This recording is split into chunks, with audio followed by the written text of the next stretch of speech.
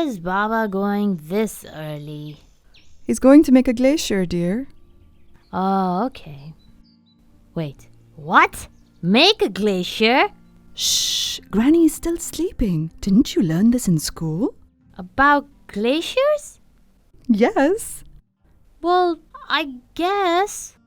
When we went to the Hopper Glacier, it was so long and so big, like a huge river, but frozen. I don't think people have anything to do with creating that. Now, dear, I don't think the Hopper Glacier was made by people, but some glaciers are. But how? Well, the scientists call it glacier grafting, but you know what we call it? Glacier-marriages. Glacier marriage? That's right, glacier-marriages. Did you see the ice in the men's baskets? Well, they picked it out from a glacier, and now they're on their way to a place high up they think a glacier can grow. Once they reach their destination, they'll recite the chants. Chants? Yes, to bless the birth of a new glacier. In Nagar, our chants are in Shina, Brushaski, and an even older language only a few can remember. The men recite them so naughty fairies can stay away, and only the good ones come, so the ice can grow into glaciers with their magic. Oh no, Mama. I'm getting the doctor. You need help. Believe me, the habits of our ancestors may seem odd to you young ones, but there is wisdom that you have yet to understand. Okay, but how does an icy glacier grow? If the ice doesn't melt, they'll bring more ice to the spot to maintain the low temperature. And if it all comes together and it really starts to grow, they'll have a baby glacier to take care of. Okay, but why call it a marriage?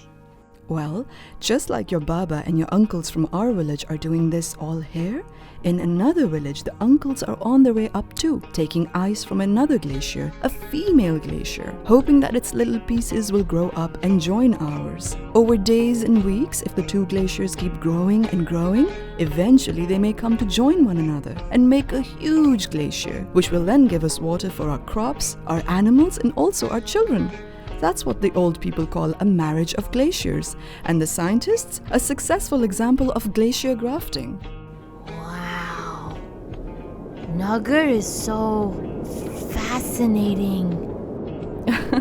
Oh, it's not just Nagar where this happens. It's everywhere in the high valleys of Gilgit-Baltistan. Maybe different communities do the chants in their own languages instead of Brushaski or Shina, but they'll still have the old words. But where does the tradition even come from? Like, what are these old words? Well, do you remember the Baltit fort in Karimabad? They say it looks so much like the stone fortresses of Tibet. Like them, the Baltit fort uses a blend of stone and timber, a choice of construction that keeps its structural integrity intact in a land prone to earthquakes and landslides.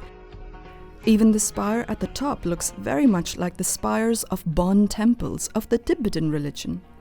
But how, Mama? Tibet is so far away from us. It may seem so now, but in the years of the Tibetan Empire, many artisans and travelers from Tibet came to this part of the world, leaving a legacy of their influence in buildings like the Baltit fort.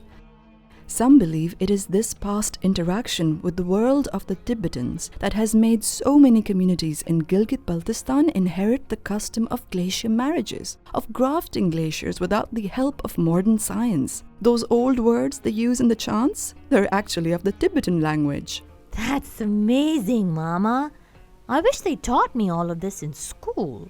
I agree. We must incorporate our cultural knowledge and wisdom into our classrooms. Students and teachers can help each other understand and appreciate the cultural, social, and economic value of our inherited knowledge. Don't you think science class would be a lot more interesting if you were learning about solids, liquids, and gases through the example of the melting and freezing of glaciers?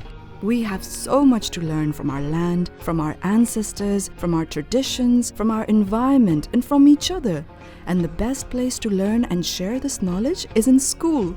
Cultural knowledge forms the foundation of each and every profession and field of study there is. Farmers in their fields, professors in their classrooms, scientists in their labs, doctors in hospitals, and more. Whoa. So you mean to say that culture and education are like two glaciers that will grow big and strong if they exist together? Yes, indeed. Now let's hope this glacier grows into a big, healthy giant of ice. Definitely.